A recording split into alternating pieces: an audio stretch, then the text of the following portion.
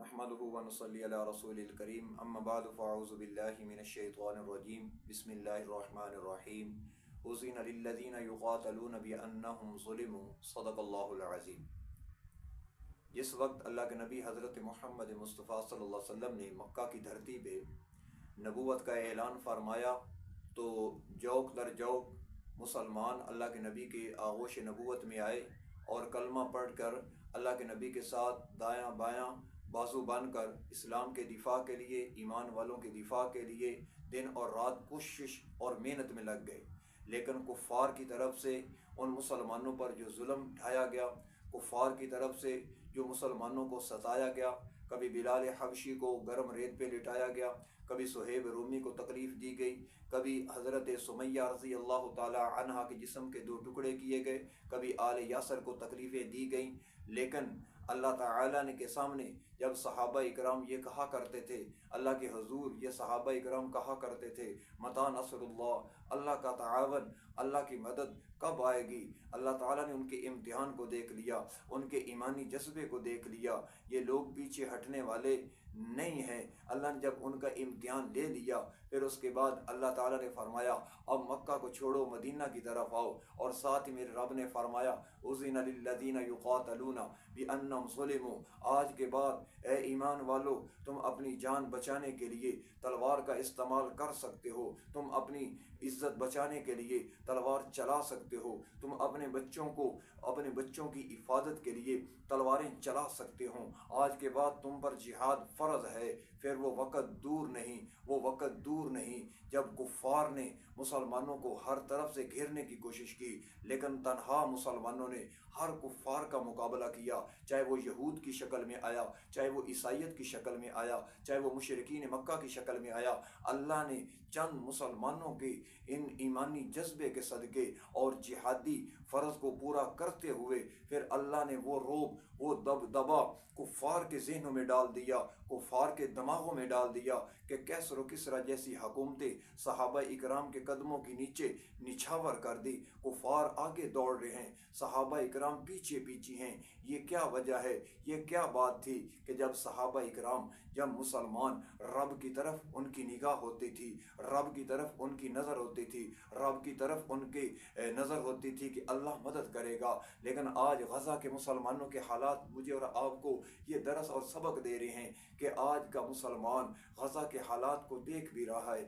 غزہ کے حالات کو سن بھی رہا ہے، غزہ کے حالات کو پڑھ بھی رہا ہے، لیکن اس طرح چپ کر کے بیٹھ گیا ہے، اس طرح خاموش ہو کر بیٹھ گیا ہے جیسے اس کی غیرت ختم ہو چکی ہے، جیسے اس کے ایمان کے اوپر غلاف چڑھ چکا ہے، جیسے وہ اللہ تعالیٰ نے جو قرآن میں فرمایا تھا انما المؤمنون اخوہ، اے ایمان والو، چاہے وہ مشرق کا رہنے والا ہو، چاہے وہ مغرب کا رہنے والا ہو، چاہے وہ شمال و جنوب کا رہنے والا ہو لا الہ الا اللہ محمد الرسول اللہ کا اقرار کرنے والا اور اس کلمے کی تصدیق کرنے والا وہ تمہارا بھائی ہے۔ پیارے پیغمبر نے کیسا بہترین ایک مثال سے سمجھایا تھا، ایمان والے ایک جسم کی مانند ہے، جس طرح جسم کے کسی حصے پہ تکلیف ہوتی ہے مکمل جسم بے سکون ہو جاتا ہے، لیکن وہ مثال کدھر چلے گی؟ وہ ایمان اخوت والا ایمان کدھر چلا گیا؟ آج ہمارے حکمران سو چکے ہیں، آج مسلمان سو چکے ہیں، آج میں بھی تماشا دیکھ رہا ہوں غزہ کے مسلمانوں کا،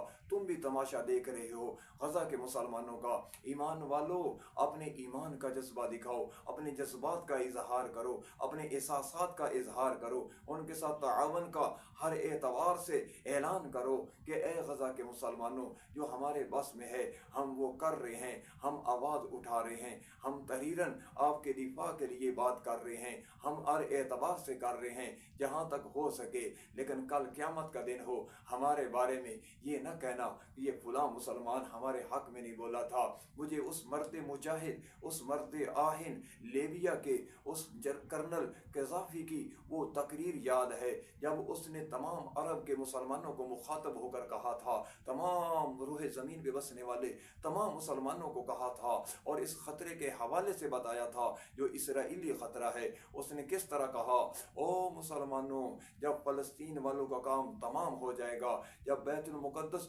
کفار کے ہاتھ میں چلی جائے گی، جب یہ فلسطین کفار کے ہاتھ میں چلا جائے گا، پھر اس کے بعد ایک شام والوں کا خاتمہ ہوگا، پھر اس لبنان کا خاتمہ ہوگا، پھر اس کے بعد ان کی توجہ مصر کی طرف ہوگی اور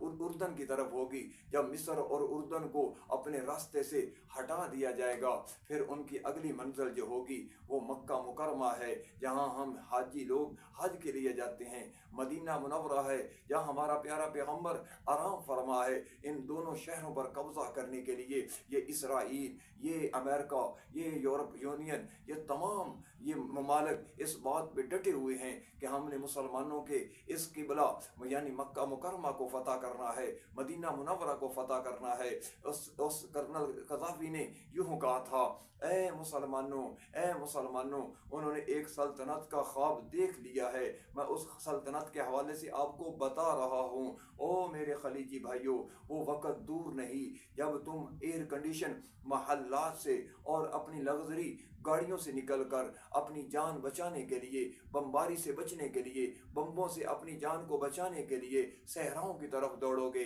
لیکن تمہیں کوئی پناہ دینے والا نہیں ہے۔ پھر اس کے بعد شمالی افریقہ کے وہ عرب ممالک، لیبیا، مراکش، الجزائر، تیونس، ان کی حکومتوں کو گرا دیا جائے گا، پھر ایک گریٹر اسرائیل کی بنیاد رکھی جائے گی، اور اس بنیاد کے آگے جو بھی ملک آئے گا سب تمام مسلمانوں کو تباہ و برباد کر دیا جائے گا۔ لیکن آج پاکستان کا مسلمان اس انتظار میں ہے، کوئی بات نہیں، فلسطین ختم ہو گیا، کوئی بات نہیں، میں بچ جاؤں گا۔ سعودی عرب کا مسلمان یہ سوچ کر بیٹھا ہوا ہے، کوئی بات نہیں، فلسطین ختم ہو گئے، میں بچ جاؤں گا۔ لیکن میرے رب العالمین اللہ نے قرآن مجید کے اندر فرمایا تھا،